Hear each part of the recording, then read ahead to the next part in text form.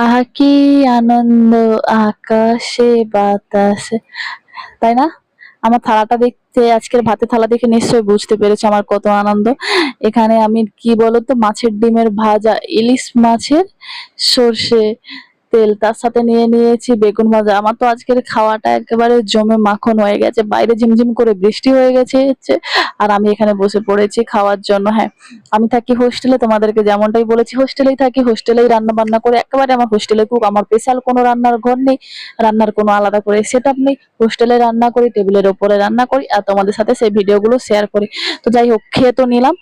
তো এবার তোমাদেরকে ভিডিওটা দেখাতে হবে। আমি দোকান থেকে নিয়ে এসেছিলাম একটা ইলিশ, এটা প্রায় 300 গ্রাম ছিল। হ্যাঁ আমি জানি একটু ছোট, কিন্তু আমি কি করব বলুন তো, আমি তো যেহেতু একা খাই, সেহেতু আমার তো আর কিছু করার নেই। বড় ইলিশ নিয়ে এসে আমি কিছু করতেও পারবো না, তো 300 গ্রামের ইলিশ আমার জন্য এনাফ। তো সেটাকে আমি বাজার থেকে কেটে দিয়ে নিয়ে চলে এসেছিলাম। হ্যাঁ, ওরাই ওখানে কেটে দিয়েছিল। আর এটা কি বলুন তো, হ্যাঁ এটাই তো সেই মাস্টার স্ট্রোক। ও ও, কালো সর্ষে আর সাদা সর্ষেকে অল্প লবণ আর কাঁচা লঙ্কা দিয়ে একসাথে বেটে নিয়েছি। উফ, সর্ষে ইলিশের কথা বললেই যেন কেমন একটা জিভে জল চলে আসে। ইলিশ অনেকের ভালো লাগে না, কিন্তু সত্যি কথা বলবো, ইলিশ আমার প্রিয় মাছ। হ্যাঁ, তোমাদের এখানে একটা কথা বলে রাখি, সর্ষে ইলিশে অনেকেই কিন্তু মাছটা ভাজে না। অনেকেই না, আমিও মাছ ভাজি না।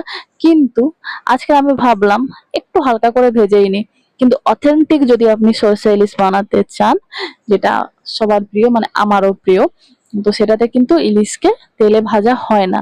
কিন্তু আজকের আমি ভাবলাম যে ইলিশটা নিয়ে আসার পর আমি মনে হচ্ছিল যে ঠিকঠাক কি ঠিকঠাক নেই, তো আমি একদম একদম হালকা করে ভেজে নিয়েছি। তোমরা যারা কাঁচা মাছ খেতে পছন্দ করো না, তারা এইভাবে একদম হালকা করে ভেজে নিতে পারো, সত্যি কোনো অসুবিধে নেই।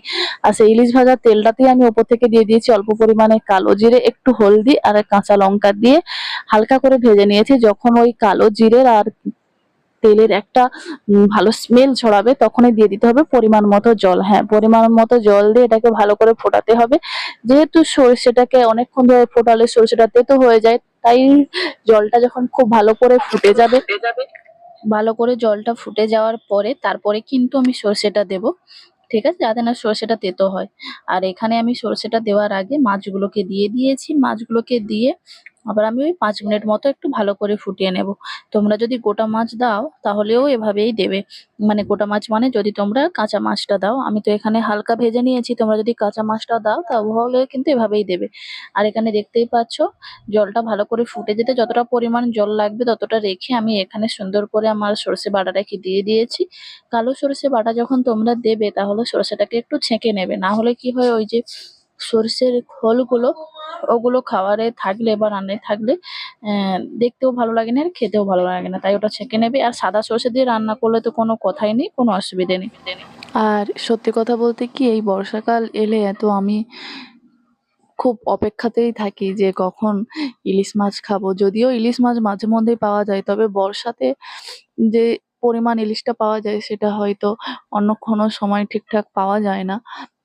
আর পদ্মার ইলিশ কি বঙ্গোপসাগর, মানে আমাদের এদিকে দীঘা থাকে, তো দীঘার ইলিশ সেটা তো বোঝার কোনো উম আমি এতটাও স্বাবলম্বী নই যে ওটা বুঝতে পারি।